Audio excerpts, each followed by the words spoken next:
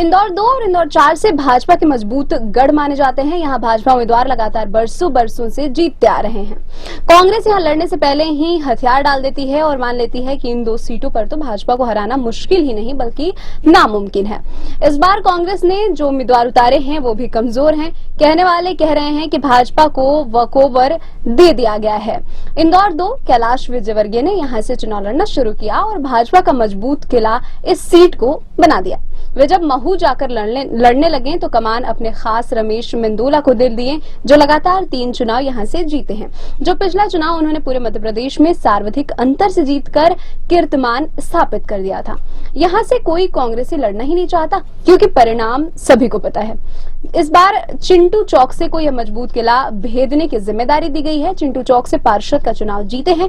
इस समय नगर निगम इंदौर में प्रतिपक्ष के नेता भी हैं। चिंटू की तारीफ करनी होगी कि वे लगातार इस सीट पर जानकर भी दावेदारी कर रहे हैं कि यहां पर कांग्रेस का जीतना बेहद मुश्किल है। बजाय चिंटू के किसी और दमदार शख्सियत को उतारा जाता है तो मुकाबले में रोमांच आता। लेकिन अब एक तरफा मैच लग रहा है। हालांकि चिंटू चौकसे का कहना है कि हम हारने के लिए नहीं बल्कि जीतने के लिए लड़ रहे हैं। वे रमेश मेंदोला को निष्क्रिय बताते हुए कहते हैं कि 15 साल से विधायक हैं, लेकिन 15% लोगों तक इनकी पहुंच नहीं है। इन्हें लोग नाम और फोटो से ही जानते हैं। चिंटू बयानबाजी तो कर रहे हैं लेकिन हालात बेहद विपरीत है, ये वे भी जानते हैं। इंदौर 4 को इंदौर की अयोध्या कहा जाता है। यहाँ आखिरी बार कांग्रेस उम्मीदवार 1985 में जीता था। इसके बाद से ही यह सीट बीजेपी के पास है।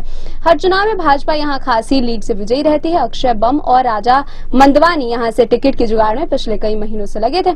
अक्षय बम दिग्विजय की पसंद थे, जबकि राजा को कमलनाथ ने सपोर्ट दे रखा था। कमलनाथ खेमे की चली और राजा मंदवानी टिकट ले आए। उसके सामने मालिनी गौड़ बीजेपी से उम्मीदवार हैं, जो लगातार कई चुनाव यहां से जीती हैं। इंदौर की महापौर रहकर उन्होंने अपार लोकप्रियता हासिल की है। उन्हें हराना राजा के लिए टेढ़ी खीर है। कांग्रेस में ही राजा को बहुत कम लोग जानते हैं, तो क्षेत्र के लोगों को क्या कहें। राजा मंदवानी नाम के कई लोगों ने पहली बार सुना है और उनकी खास पहचान ही नहीं है। उन्हें कमजोर उम्मीदवार माना जा रहा है और इंदौर 4 का बीजेपी का किला ढहना उनके लिए लोहे की चना चबाने जैसा है।